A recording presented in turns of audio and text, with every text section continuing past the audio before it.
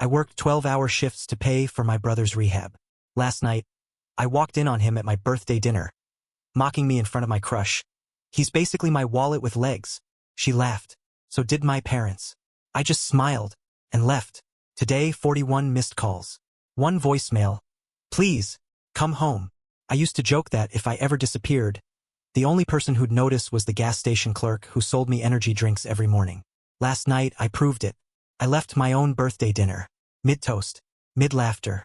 Mid-whatever performance my family was putting on. I walked out with my jacket still on the chair, my birthday cake untouched. Not a soul followed me.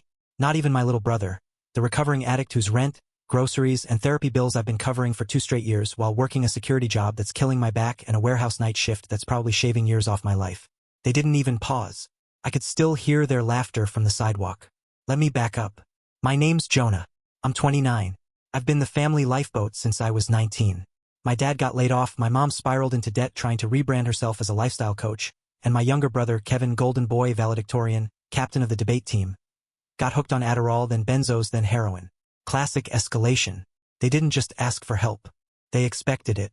First, it was, you're the only one with steady income. Then it was, he's your brother. You want him lost and alone. Then it was silence anytime I mentioned boundaries, or rest, or needing help myself. I missed weddings, birthdays. I've turned down 2 job promotions because I couldn't relocate. I had to stay local, keep an eye on Kevin, make sure he didn't sell the family dog again. Yes, he did that once. Sold our childhood lab for $60 outside a Walmart to get high. I went and bought the dog back. Named the vet bill after Kevin in my budgeting app. Never got paid back. Anyway, back to last night. It was my 30th birthday. Zoe, this girl I've had a quiet crush on for a year, was finally coming to a family thing. She's smart, kind, the kind of woman who apologizes to cashiers when the receipt jams. She met Kevin once at my apartment and hugged him goodbye. He told me after she smelled like mangoes and mental illness, and I laughed even though it felt wrong. Dinner was at this overpriced fusion place downtown. I booked it, paid the deposit, even offered to cover Kevin's tab, just in case he didn't have it. He showed up 40 minutes late in a designer hoodie I'd never seen before, acting wired and loud and performative. Hugged me too hard, kissed Mom on the cheek, took over the table conversation like he was the guest of honor. Then Zoe arrived, and everything tipped. She looked amazing. Simple dress, no makeup, nervous but excited. She hugged my mom, my dad, even Kevin. He leaned into it, gave her a long, lingering look and said, "Damn, you did not say he was bringing a model." Laughter. Zoe laughed, I think, or smiled awkwardly. Either way, I died a little. The waiter came. Kevin ordered 3 appetizers and a top-shelf cocktail like we weren't splitting the bill 5 ways. Halfway through dinner, Dad started in with his classic Jonah was always the mature one speech. The kind that sounds sweet until you realize it's code for Jonah was always the one who cleaned up our messes without crying. Kevin interrupted. "Let's be real," he said, clinking his glass. "Jonah's not the mature one. He's just the financial one, like a walking, talking ATM with anxiety." Everyone laughed. Zoe covered her mouth, trying not to. I smiled, nodded. "He's basically my wallet with legs," Kevin added, grinning. That's when I left. Didn't say a word. Just stood up, pushed my chair in, and walked. No one stopped me. Not a single person called my name. Until this morning. 41 missed calls. 1 voicemail. From Kevin. His voice was shaking. "Bro, please, come home. Please. I messed up. I messed up so bad, man. Please just come back. It's not what you think. Just come home. That's it. That's the message. Not happy birthday. Not I'm sorry. Just panic. Like something exploded. Here's the part 1 haven't told anyone. When I got home last night, my real home, the tiny studio apartment above a laundromat, I found my door slightly ajar. Nothing stolen. Nothing broken. Just one thing out of place. My old phone. The one I thought I'd lost a year ago. It was sitting on my pillow. Turned on. Charging. Open to a photo. A screenshot. Of Zoe. In Kevin's bed. Timestamped 2 nights ago. And Kevin?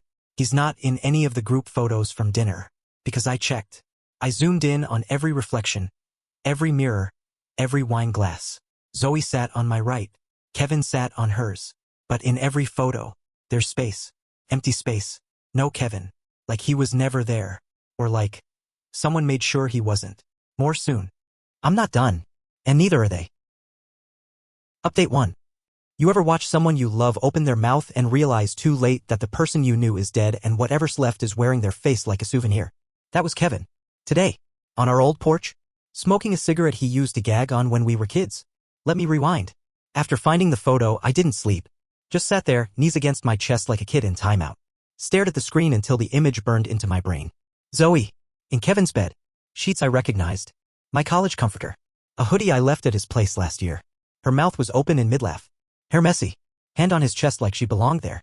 I waited for some kind of context. A prank. Photoshop. Maybe she passed out drunk and he staged something twisted. But the timestamp didn't lie. I texted her. Just 2 words, come clean. She didn't reply. For hours later, she blocked me. Not just on text. Everywhere. Phone. WhatsApp. Instagram. LinkedIn. Even Pinterest. You know how messed up you have to be to block someone on Pinterest? Kevin's voicemail kept playing in my head. The panic. The fake panic. I finally got in my car. Drove to my parents' house like a sleepwalker. Everything was quiet when I got there. Dad's truck gone. Mom's SUV in the driveway. Porch lights still on from the night before. They'd never fixed the squeaky step I used to trip over as a kid. I opened the door. No one in the living room. The kitchen light buzzed. And then I heard Kevin's voice. Through the cracked window above the sink. He was outside. Talking. Laughing. I walked around to the back and there he was, porch swing, cigarette, talking to himself or maybe to God. Wearing my old hoodie. The same one from the photo. I stood in the shadows. Listening. He was rehearsing. Literally rehearsing lines. Screw you, man, she came on to me. Pause. No, that's too aggressive. She said she felt sorry for you. Smirk. Too cruel. She only came because she thought you had money. She stayed for me. I stepped forward. The swing creaked. His face drained color. Then came the smile. Not an apology. Not guilt. A smile like we were in on a joke together. I figured you'd show up, he said. I didn't speak. He stood. Flicked the cigarette. She was already halfway out the door, man. You just gave her a ride. She blocked me. Yeah. Probably for the best. Silence. Then I asked why. He lit another cigarette. Hand steady. Because, he said, you were trying to build something fake. Me? I just let her be who she is. You keep mistaking control for connection. I laughed. Couldn't help it. It sounded like a bark. You're a junkie who lives off my bank account. He nodded. No shame. And yet she still chose me. That hit? It hit harder than it should have. Because I realized it wasn't just about Zoe. He'd done this before. When I was 16 and crushing on Amanda from homeroom, he swooped in. Told her I was gay. She laughed in my face. When I got my first job, he borrowed $600 from my sock drawer while I was at work. Told Mom I spent it on weed. Every time I built something, he used it to boost himself and mocked me from above. And I kept forgiving. Because he was my brother. But now? I wasn't angry. I was fascinated. What's wrong with you? I asked. He tilted his head. Nothing, man. I just stopped pretending people are better than they are. And then? He dropped the nuke. She recorded you, by the way. My stomach turned. Zoe, that night you cried in the car after Mom screamed at you during Christmas? She was filming it. Sent me the video. Said she wanted to show me what she was signing up for. I stumbled back. Like he'd physically hit me. She called you a walking trauma response, Kevin said, chuckling. Said she felt like dating you was like petting a rescue dog. I don't remember leaving. I remember vomiting in the bushes. I remember driving with the window down in 40-degree weather just to feel something other than this acid crawling under my skin. I haven't answered any calls. Mom's been texting too. Said I'm overreacting and that Zoe made a mistake and Kevin's just insecure. Insecure? He framed me emotionally. Stole my relationship. Mocked my mental health on video. And she helped. You want to know what's really breaking me? It's not the betrayal. It's realizing I don't know how to stop giving. I want to burn it all down. Move. Change my number. Cut everyone off. But then I think of the bills I just paid last week. Kevin's insurance.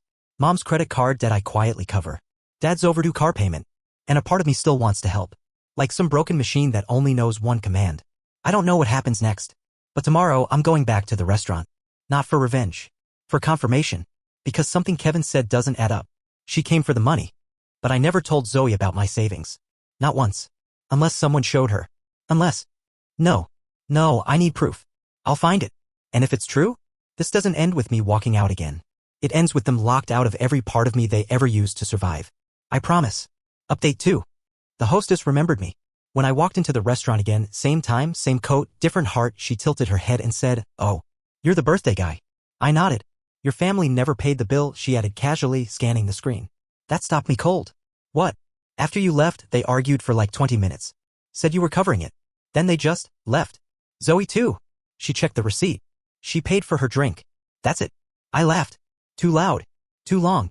I think I scared her. I tipped her $20 just for that detail and walked out into the cold. So there it was. My birthday gift? A $472 tab.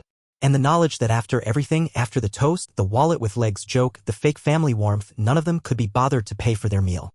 Even Zoe. Especially Zoe. I didn't go home after that. I drove to my storage unit. I hadn't been there in months. It's this concrete tomb on the edge of town filled with things I couldn't bear to throw away, old notebooks, childhood drawings, clothes I haven't fit into in years. Buried under it all, my hard drive. Encrypted. Double-backed. A gift from my friend Arjun who used to hack vending machines for free Snickers in high school. I plugged it in at a public library. Private session. VPN. Started pulling files. Photos. Screenshots. Emails. I wasn't stalking them. Not really. I was documenting. I have years of texts from Kevin begging for cash. Apologies that contradict each other. Dates that overlap. Zoe? Her LinkedIn messages to Kevin went back farther than I thought. They met before she met me. She told him I was too nice. Said she liked broken birds but not broken men. I found a selfie she sent him from my apartment. Wearing my shirt. The one I thought I lost in the laundry. Caption, think he'll notice? My stomach turned so hard I nearly choked. Then I found something else. A PDF. Kevin's rehab intake form. Dated 5 days after he supposedly got out. I opened it. Read it twice. He never went. He forged it. He never went to rehab. The sobriety chip I saw on his nightstand? Bought online. I looked it up. $3.99. I paid $18,000 over 2 years to cover a lie. I sat there sweating, shaking, staring at the monitor like it was bleeding. That's when the email came in. From Zoe. Subject line, closure. No body. Just an attachment. I almost didn't open it. But I did. It was a voice memo. From a week before my birthday. Zoe and Kevin. Her voice, tired, so how long do we keep this up? His voice, until he gives up. Or walks away. Either way, we're free. Then laughter. Her laughter. Then her saying, you think he knows we picked the restaurant on purpose? Kevin, not yet. But he will. I played it 5 times. Then I called Arjun. Ready to go nuclear? I asked. He didn't even ask why. Just said send me the names. We're building a digital file. A timeline. Every lie. Every text. Every transaction. It's not just revenge. It's something else. A purge. You see, I used to want to be healed. Yeah? I just want to be clean. And that means burning away every trace of them from my world. Zoe. Kevin. My parents. All of them. I'm not the wallet anymore. I'm the fuse. And I've already been lit. Update 3. I didn't sleep again.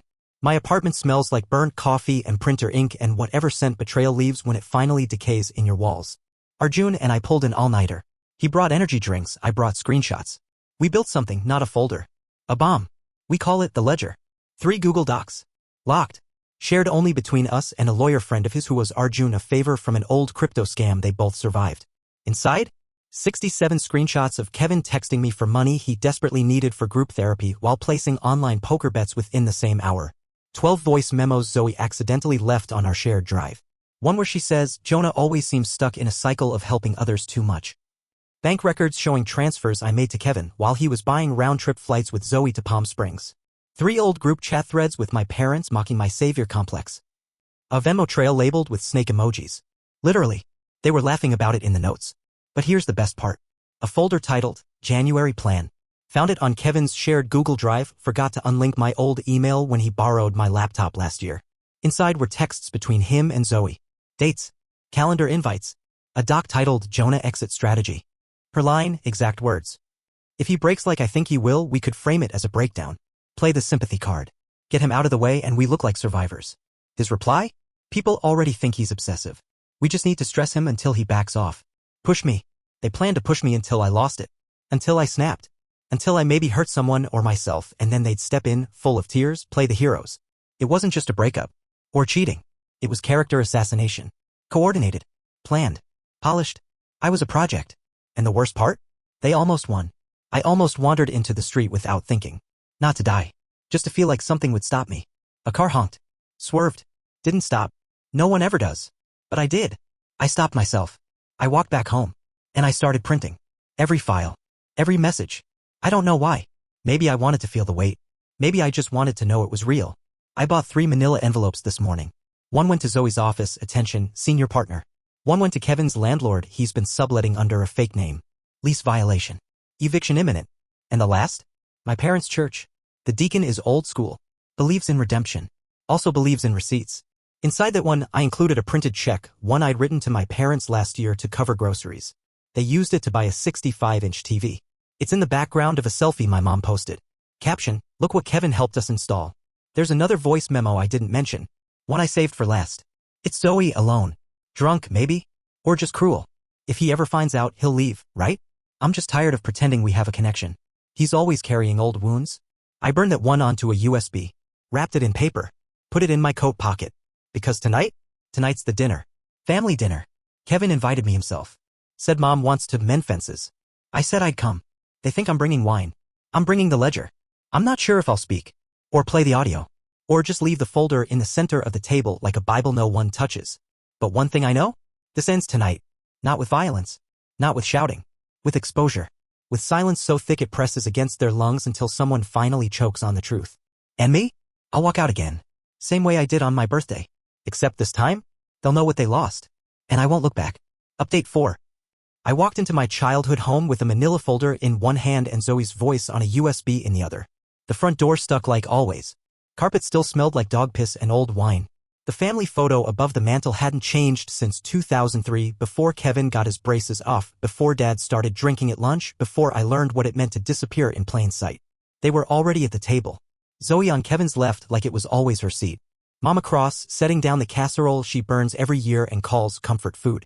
Dad next to her, eyes glazed from either whiskey or the silence he's weaponized since I was 8. No one stood when I entered. Kevin nodded. Smirked. Look who finally made it. Zoe said, hi, Jonah, like we were exes who bumped into each other at Target. I sat. Set the folder down. Didn't say a word. Kevin started in with his fake calm voice. Look, man. I know things got a little messy. But this is our chance to hit reset. Zoe added, we're all hurting. That's why we need to be together. Heal together. My mom sniffed. No one here is perfect, Jonah. You're not a saint either. That did it. I opened the folder. Took out the first photo. It was Zoe mid-laugh in Kevin's bed. I passed it to Mom. Her lips thinned. Her hand trembled, but she said nothing. Next page, texts from Kevin begging me for therapy money while gambling online. Next, Zoe calling me a rescue case with nice eyes. Next, Kevin's forged rehab forms. Next, my bank transfers stacked against Amazon orders from her wishlist. Then came the voice memo. I pressed play on my phone. Max volume. If he ever finds out, he'll leave, right? Like, finally leave. God, I'm so tired of pretending he's interesting. He's like, if trauma got a job. Silence. The kind that vibrates in your bones. That makes furniture shift from tension alone. Zoe didn't blink. She reached for her wine. Kevin smile-eyed. What the hell is this, Jonah? You know exactly what it is, I said. I slid the USB across the table. Full backup. I sent copies to your landlord, your boss, her partner, the church. Oh, and the credit union handling Dad's car loan. Dad finally spoke. You're making a mistake. No, I said. I'm correcting one. Mom started crying. Loud, performative. This is family, Jonah. No, I said again. This was a parasite I called family because I didn't know better. Zoe looked bored. So what's your endgame, Jonah? Ruin everyone? Feel powerful? I stood up. No. I just wanted to see if any of you would even ask why. She didn't. None of them did. So I walked. Past the hallway where Kevin used to hide report cards. The living room where I cried after my first panic attack and Mom told me to man up. The kitchen where Zoe once kissed me after a fight and later said it was pity. I opened the door. Cold night air hit like clarity. Then a voice behind me. Not Kevin. Not Mom. Dad. Where are you going to go, son? I turned. And smiled. Anywhere you're not. Epilogue. I moved 3 cities away. New apartment. New job. 1 bedroom above a tattoo parlor run by a woman who calls herself Raven and insists on feeding me muffins every Sunday. I let her. I got a dog. Not to heal. Just to remind myself I can keep something alive without losing myself. Zoe's firm is under review. Kevin was evicted last week. My parents? Church friends stopped calling. Financial aid gone. Mortgage in default. No, I didn't foreclose. I just stopped paying their bills. Let the consequences do the talking. People ask if I feel better. That's the wrong question. I feel empty. And that's better than being full of rot. They say family is forever. They don't say what kind.